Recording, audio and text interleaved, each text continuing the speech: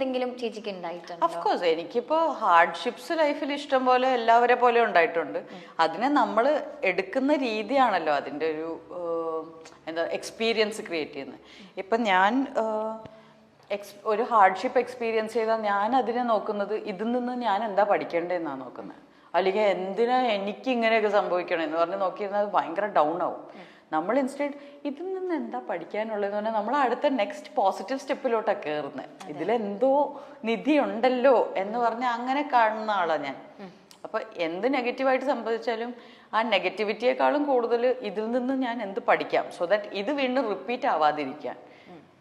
അപ്പോൾ life daily better ആയിക്കൊണ്ടിരിക്കും. ചേച്ചിയുടെ ഫാമിലിയെ കുറിച്ച് പറയോ?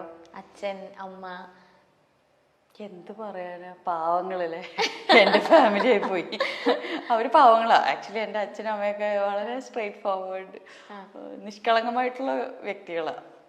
അവരുടേതായ നല്ല ഇൻട്രസ്റ്റ്സ് ഒക്കെ ഉള്ള വളരെ ബിസി ആയിട്ടുള്ള ആൾക്കാരാണ്. അതാണ്, ഭയങ്കര ബിസിയാ രണ്ടുപേരും. എന്തൊക്കെയാ ചെയ്യുന്നതെന്ന് എനിക്കറിയില്ല. പക്ഷെ എപ്പോ വിളിച്ചാലും ഒന്നിനും ഒഴിവില്ലാത്ത അത്രയും തിരക്കായിരിക്കും. സാധാരണ ഞാനാണ് അവരെക്കാളൊക്കെ വളരെയധികം ഫ്രീ ടൈം ഉള്ളത് എനിക്കാ. അച്ഛൻ റിട്ടയർഡ് ബാങ്ക് ഓഫീസറാണ്.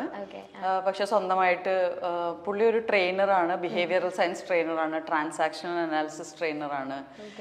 അപ്പോൾ സോഫ്റ്റ് സ്കിൽസ്, മാനേജീരിയൽ ടീച്ചിങ്. അപ്പോൾ പുള്ളിക്ക് എപ്പോഴും ഫ്രീലാൻസ് ട്രെയിനിങ് തന്നെ ഉണ്ട്. പല ഇൻസ്റ്റിറ്റ്യൂഷൻസിലും ബാങ്ക്സിൽ തന്നെ ഇപ്പോൾ ഫ്രീലാൻസ് ആയിട്ട് ട്രെയിൻ ചെയ്യുന്നുണ്ട്. മുമ്പ് കാത്തലിക് സിറിയൻ ബാങ്കിൽ ഇപ്പോൾ SBIന്ന് ഒരു 35 ഇയേഴ്സ് സർവീസ് കഴിഞ്ഞു. പിന്നെ CSB ബാങ്കിൽ പുള്ളി ട്രെയിനറായിരുന്നു. ഇപ്പൊ ഫ്രീലാൻസ് ആയിട്ട് ട്രെയിൻ ചെയ്യുന്നു. ഭയങ്കര തിരക്കാ. അമ്മ ഹോം ബേക്കറാണ്. അപ്പോൾ ആളെപ്പോഴും ഇന്ന് ഇത്രയും ഓർഡേഴ്സ് ഉണ്ട്, എനിക്ക് അതുണ്ട് ഇതുണ്ട്, ഭയങ്കര തിരക്കാ. ഈ രണ്ട് തിരക്കും ഇല്ലെങ്കിൽ രണ്ടുപേരും ബേർഡ് ഫോട്ടോഗ്രാഫേഴ്സാ. അപ്പൊ അവര് ട്രാവൽ ചെയ്ത് പോയി, അവര് ഭയങ്കര വലിയ ആൾക്കാരാണ്. അത് കൊള്ളാലോ. അതാണ്. അപ്പൊ ഈ സാജൻസ് ബേക്കറി ചെയ്തപ്പോഴേക്കും അമ്മ ഹെൽപ്പ് ഒക്കെ ചെയ്തിരുന്നു? അല്ല, ഞാൻ കണ്ടു വളർന്ന, ഞാൻ ഒരു 3 വയസ്സുള്ളപ്പോ തൊട്ട് അമ്മ ബേക്ക് ചെയ്യുന്നുണ്ട്. അപ്പൊ കണ്ടു വളർന്നിട്ടുള്ള ഒരു സംഭവമാണ്. അതിനേക്കാളും കൂടുതൽ സാജൻ ബേക്കറിയിൽ എനിക്ക് അത്ര ബേക്ക് ചെയ്യാനുണ്ടായിരുന്നില്ല. പക്ഷെ ഞാൻ ഇപ്പൊ ഇനി വരാൻ പോകുന്ന പടം അനുരാഗത്തില് ഞാനൊരു ഹോം ബേക്കറിന്റെ റോളാണ് ചെയ്യുന്നത്. അതിന് ഭയങ്കരമായിട്ട് അമ്മ റെഫറൻസ് ആയിരുന്നു. Very good. ബേർഡ് ഫോട്ടോഗ്രാഫി ഒക്കെ ചെയ്യല്ലേ? ഭയങ്കര ആൾക്കാരാന്നേ. എനിക്കൊന്നും കണ്ട, എനിക്ക് എല്ലാം ബേർഡ്സ് ആണ്. ഇവര് ഓരോന്നും ഇത് പേർപ്പിൾ റിംഡ് മറ്റേത് മറിച്ചെന്നൊക്കെ പേരൊക്കെ പറയുന്നു. അവരെ കൂടെ പോയാൽ നമുക്ക് അത്രയൊക്കെ അറിയുള്ളൂ. കാക്ക, കുയില്, ഇത്രയൊക്കെ തന്നെ ഉള്ളൂ. ഇവര് കറക്റ്റ് ആയിട്ട് ഇത് ഫീമെയിൽ ആട്ടോ, അതിന്റെ മറ്റേ ഇത് ഇപ്പൊ ഈ ഷെഡിങ് ഫേസ് ആണെന്നൊക്കെ പറയാം. നമ്മൾ ഇവരുടെ കൂടെ പോയാൽ പ്രാന്തായിട്ടുണ്ടല്ലോ. ഈ ബേർഡ് ഫോട്ടോഗ്രാഫേഴ്സിന് ഭയങ്കര പേഷ്യൻസാ. പോയിട്ട് ഇങ്ങനെ ഈ ക്യാമറ വെച്ചോണ്ട് ഇരുന്ന് നമുക്ക് തീരെ പറ്റില്ല. ആ ട്രാവലിംഗിന്റെ അവര് പണ്ട് മുതലേ ട്രാവൽ ചെയ്യോ രണ്ടുപേരും? അവര് ബേർഡ് ഫോട്ടോഗ്രാഫി ആയിട്ടുള്ള ട്രാവലിംഗ്. അവർക്ക് സ്ഥലങ്ങൾ കാണുക എന്നുള്ളതിനേക്കാളും നല്ല ബേർഡ്സ് ഉള്ള സ്ഥലങ്ങളിലേക്ക് പോയി അതിരാവിലെയൊക്കെ പോകണം. അത് വേറെ തരം ട്രാവലാണ്. നമുക്ക് മറ്റേ ഫുഡൊക്കെ എക്സ്പ്ലോർ ചെയ്ത് സ്ഥലമൊക്കെ എക്സ്പ്ലോർ ചെയ്തിട്ടുള്ള ട്രാവലാണ് നമുക്ക് ഇഷ്ടം. ഓക്കെ. ഈ ക്ലിനിക്കൽ സൈക്കോളജിയിലേക്ക് പോകാനുള്ള കാരണം എന്താണ്? ചേച്ചി മൂവി ചെയ്യുന്ന ടൈമില് ചെയ്തുകൊണ്ടിരിക്കുകയായിരുന്നില്ലേ? ഞാൻ സിനിമയിൽ വന്നത് 11th സ്റ്റാൻഡേർഡിൽ പഠിക്കുമ്പോഴാണ്.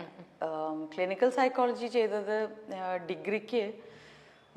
എനിക്ക് എന്ത് സെലക്ട് ചെയ്യണമെന്ന് അറിയാത്ത ഒരു അവസ്ഥ വന്നു. അതായത് 10th സ്റ്റാൻഡേർഡിൽ എൻ്റെ മാഷ് പറഞ്ഞൊരു വലിയ സംഭവമുണ്ട്. എനിക്ക് ഏറ്റവും ഇഷ്ടമില്ലാത്ത സബ്ജക്റ്റ് ഹിസ്റ്ററിയാണ്. അപ്പോൾ ഞങ്ങളുടെ ഹിസ്റ്ററി ടീച്ചർ പറഞ്ഞൊരു വലിയ സംഭവമുണ്ട്. അത് എല്ലാവരും കേട്ടിരിക്കേണ്ട കാര്യമാണ്. നിങ്ങൾക്ക് ഹിസ്റ്ററി ഇഷ്ടമല്ലെങ്കിൽ അതാണ് ഏറ്റവും ശ്രദ്ധിച്ച് പഠിക്കേണ്ടത്. എന്ന് വെച്ചാൽ അത് 10th സ്റ്റാൻഡേർഡോടുകൂടെ അതോടെ തീരും. എങ്ങാനും അത് നന്നായി പഠിച്ചില്ലെങ്കിൽ നിങ്ങൾക്ക് പിന്നെ അതേ പഠിക്കാൻ കിട്ടൂ. നിങ്ങൾക്ക് ഫസ്റ്റ് എന്താ പറയാ, നമുക്ക് ആ ഗ്രൂപ്പേ കിട്ടുള്ളൂ. ഹിസ്റ്ററി ഉള്ള ഗ്രൂപ്പേ പഠിക്കാൻ കിട്ടുള്ളൂ. അപ്പൊ ഇഷ്ടമില്ലാത്ത സബ്ജക്റ്റ് ആണെങ്കിൽ അത് മാക്സിമം ശ്രദ്ധിച്ച് പഠിക്കാം. അപ്പൊ ഞാനത് കിട്ടില്ല. അപ്പൊ പിന്നെ ഹിസ്റ്ററിക്ക് പോകേണ്ടി വരും. അപ്പൊ ഞാൻ ഇത് വളരെ കാര്യമായിട്ട് പേടി പിടിച്ചിട്ട് എനിക്ക് 10th സ്റ്റാൻഡേർഡിൽ ഹയസ്റ്റ് മാർക്സ് ഹിസ്റ്ററിയിലാണ്. അപ്പൊ അത് പോയി കിട്ടി. അപ്പൊ നമ്മളങ്ങനെ സയൻസിന് ജോയിൻ ചെയ്തു. +2 11th and 12th. അപ്പോൾ സിനിമയിലേക്കും വന്നു.